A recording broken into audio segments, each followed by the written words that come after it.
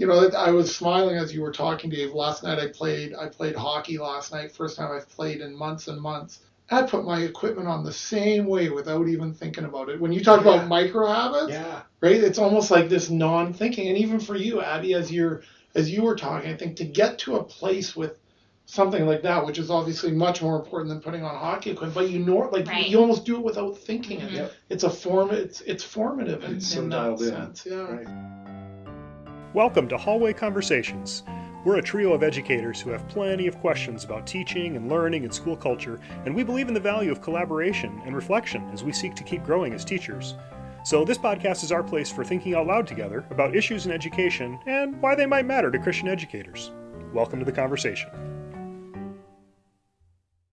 Hello, everyone. Welcome to Hallway Conversations. My name is Matt Beamers. I'm Abby DeGroat. And I'm Dave Mulder. Thanks for joining us, everyone. Dave and Abby, it's good to see you. The day we're recording this is our first day of class after Christmas break, so I trust that you and your students are flourishing so far. So far, so good. So far, so good. Hey, before we get to the check-in question, I'd like your insights into something very important. All three of us are on Twitter, and you might have noticed people posting these pictures of what looks like random green squares. Oh, yeah. In fact, it's come up in our own little group chat with each other when we text.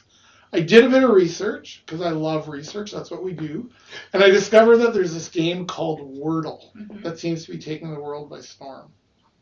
You just introduced me to it like 2 days ago. What's up with Wordle? Like, what I would like... I'm brand new. I would like some instant analysis, why is this, why in your mind... Why did this take off that way? Yeah!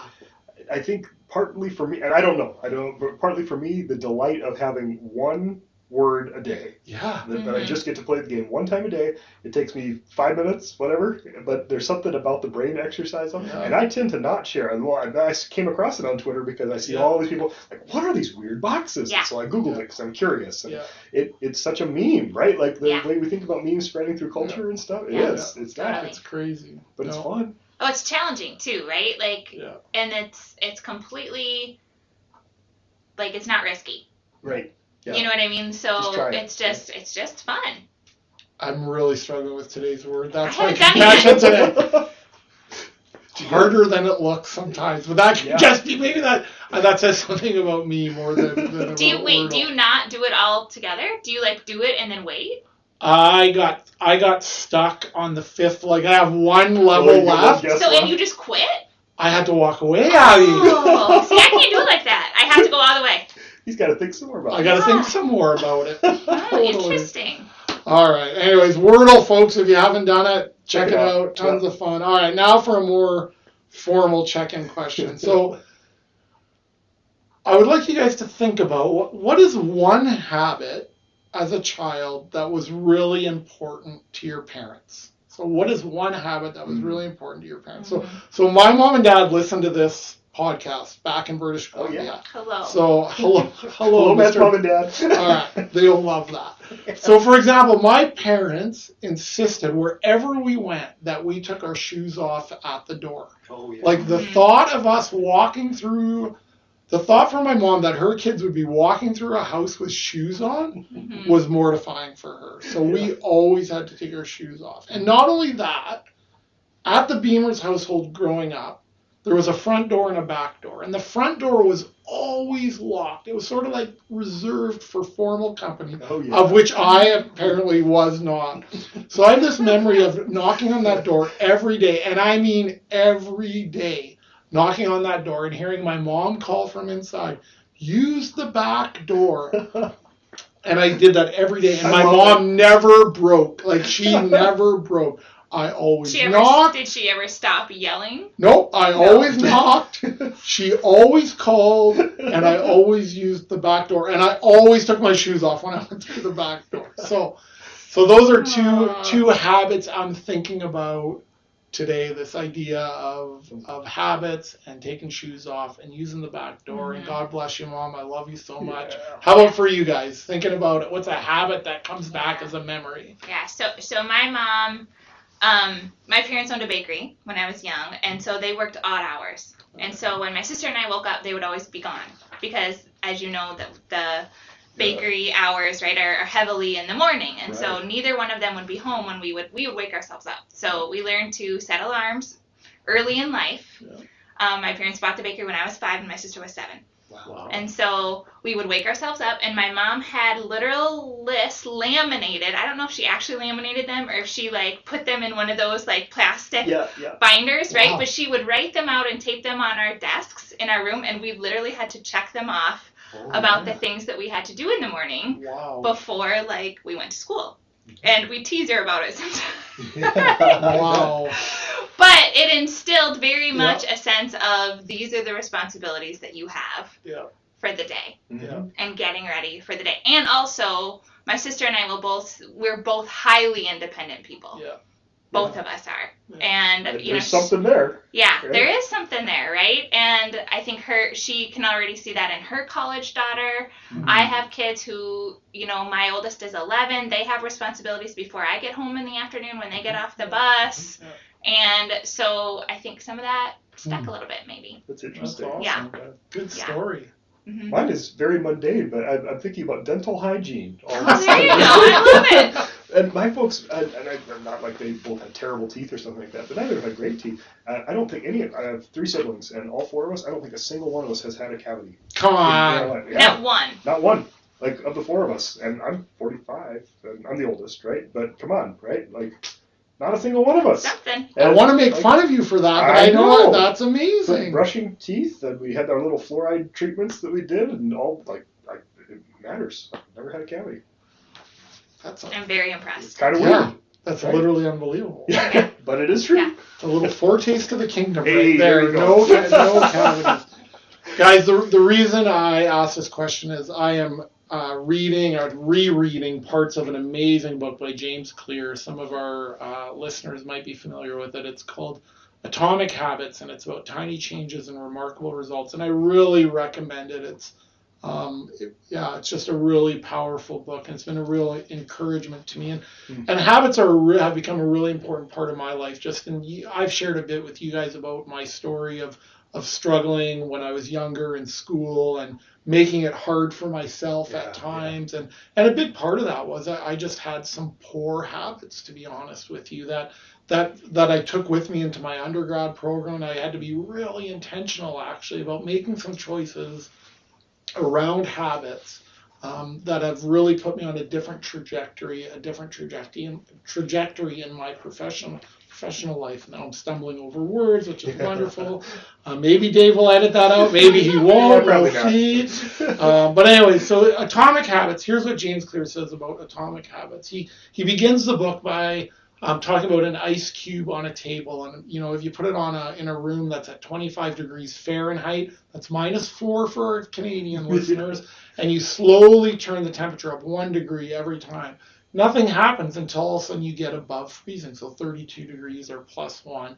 And even though you've changed the temperature, the same increment every time, something happens eventually, and that ice cube begins to melt. And so Clear talks about this, where he says, by now you've probably realized that an atomic habit refers to a tiny change, a marginal gain, a 1% improvement. But atomic habits are not just any old habits, however small. They're little habits that are part of a larger system. Just as atoms are the building blocks of molecules, atomic habits are the building blocks of remarkable results. Habits are like atoms of our lives. Each one is a fundamental unit that contribute to your overall improvement. At first, these tiny routines seem insignificant, but soon they build on each other and fuel bigger wins that multiply to a degree that far outweighs the cost of their initial investment. They are both small and mighty. This is the meaning of the phrase atomic habits, a regular practice, a routine that is not only small and easy to do, but a source of incredible power, a component of the system of compound growth. So my question for you is, I'm thinking about this professionally, or maybe you want to tie professional and personal. I'll let you guys take it where you want to. But what are some habits? I'm thinking as a teacher. Yeah. But go where you want with it. Some habits for you that you have instilled into your career that maybe seemed small at a time, but you realize now have taken on significance and have really aided you in your pedagogy and in your professional learning, professional growth. So, Abigail, I'm looking at you. Or is there something that comes to mind in terms of habits? It's a great concept. I really like that concept. Yeah. And putting a name to it. One thing, so I'm at the beginning of a new semester with student teachers, and so it reminds me I've been visiting their rooms for the first time, and they're starting a new semester doing this, right? And one thing I always tell student teachers, and I have for many years, that I do myself that I think makes an incredible difference at the beginning of a lesson is so often you don't realize it until you start to notice how often teachers just jump into the activity without any sort of orientation of what we're doing and why we're doing it. Sure. And the difference that pausing for even 2 minutes and saying, hey, here's where we left off yesterday, here's what we're going to do today, and this is why it's important. Like those 3 things make a huge difference in the trajectory of a lesson. Wow. Yeah, I was actually in a middle school room this fall where, and I gave this advice after the lesson, but literally I heard a middle school, so she got to it, my student teacher got to the why at the end of the lesson, and a middle school student literally looked at her and said, thanks for telling me that. I was wondering the whole time we were doing it, why we were doing it. Oh, wow. And what a powerful Which is moment. profound. It was profound. Yeah. And what a powerful moment for me to say, yes, that's why it's so important for you to get in the habit of orienting students at the beginning. This is why this is important. Remember that thing we did, and we're going here, so you need this piece to get to here. It just makes such a huge difference in motivation on students' parts and kind of buy-in and just to help them give it something to hang on. Yeah. But I even imagine motivation for us as teachers, right? To know why you're doing what you're doing. And it will help you with clarity, right? If you set a purpose, your goals will fall in line a little bit more clearly too. If you said this already, I apologize, but have you always done this? Have you always oriented? Like, where did this... Is there a specific... That's a great question that I don't know the answer to. I always remember thinking of like having a why for units, but I don't know when it filtered down into my daily practice. Right? I'm not sure if that was the end of my high school, middle high school career, or when I don't know. Yeah, it's brilliant. But I love that though, as a habit, as a micro practice to just normalize for yourself to say like every time when I'm planning a lesson. This is what we did last time. This is what we're doing today. This is why it's important. Yeah. Dave, I really like the language there of normalizing micro habits. Yeah. Like can you just, what do you mean when you say that? I guess for myself, my wife gives me a hard time sometimes because I am a creature of habit. And she will say that, and I don't like that phrase, but I know it's true for me. Like to the point, like I have an order that I tend to do things, not in an obsessive compulsive kind of way, but in the morning when I have a routine, and if my routine gets disrupted, I will be a half hour late for work because like I've got it dialed down, at that level, right? And so I think that there is something about that to say like it's okay to have normal practices, and they can be these very small things that you line them all up, these micro habits then, right? But yeah, even to the point like, okay, if I'm gonna make my little egg sandwich that I often make for breakfast, like I have a sequence to the way that I do that, and then the whole process from when I open the fridge until I'm sitting down to eat it, it's 3 minutes because I got it kind of dialed in like that, right? And that sounds very obsessive compulsive. That sounds like a runny egg. Right. Oh no, it's perfect. It's exactly perfect. Okay, a couple weeks ago we put a recipe on for guacamole. Folks, there will be Dave's 3-minute egg recipe. I don't know, man. But I could share. Yeah. No, but I just really like the language. I really like the language of that. I was smiling as you were talking, Dave. Last night I played hockey last night. First time I've played in months and months. And I realized that's not even true. Come on. No, on the pump, but formal, like at the rink. Right. Sorry. And I realized that I hadn't played. It's been actually quite a while. I put my equipment on the same way without even thinking about it. When you talk about micro habits, right? It's almost like this non-thinking. And even for you, Abby, as you were talking, I think to get to a place with something like that, which is obviously much more important than putting on hockey equipment, but you almost do it without thinking it. It's a it's formative in that sense. Yeah. Right. Dave, how about, you mentioned an egg, but how about in a professional education, sense? Maybe, so this is a silly one, but I got in the habit of doing this when I was in grad school. I had to turn off notifications for like absolutely everything. Yeah. Wow. And so on my phone, the only notifications I get on my phone anymore are texts and phone calls. And other than that, I've turned off every notification. And I carried this to the point where, like, if I need to be really focused on something, I will close my email on my laptop, because I can't, like, that little ping, and like and it's designed to capture and hijack our attention, right? Like that is the purpose of those notifications. And it works. And it works, right? And so that's a habit that I've gotten into, and I still do this, right? Like if I'm going to do email, like that's the way I think of it, right? Like now I will open my email and I'll spend my half hour, whatever it is. Yeah. And sometimes I forget to close it. But if I'm moving on to another task, that's a habit that I've gotten myself into. If I'm feedbacking for students, I will close my email, because that's hard enough work as it is for me to stay focused on it. And if that little ping, and now all of a sudden I've got the little flag there that, you got to, let me check what that email is. And suddenly I'm derailed, right? And that's great advice, because I'm such a squirrel. Totally. When I'm, my goodness, yeah. Yeah. So those are small things, but I think this is maybe what he's getting at in the book here too, without having read this. But I think those are atomic habits, right? Like at the atom level for me to say, I don't need Instagram telling me that I've got, I don't need Twitter. Oh my goodness, I waste enough time on Twitter. If I had the notifications on, it's just constantly pulling my attention. Yeah. That's a great one. No, I think you might have mentioned that somewhere along the line last year, and I turned off notifications on Twitter, on my email. Yeah. I just find it makes such a big, just gives you even a sense of control. I'll check. When I'm ready to. Yeah. Go check. Our colleague in the theology department, Justin Bailey, I'm reading a book I borrowed from him called Seculosity, and he has a chapter on technology and just about the religious nature of technology in our life, and then he talks a little bit about, it's a bit like the dog's cat scratching at the door, right? It just, we automatically get up, we go to it, right? Like it just, the ding of our phone we just respond to it. Yeah. It just has a control over.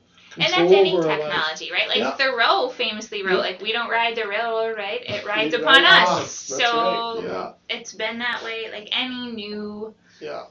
No, it's true. It's for time and eternity. There's been a sense of those things controlling us.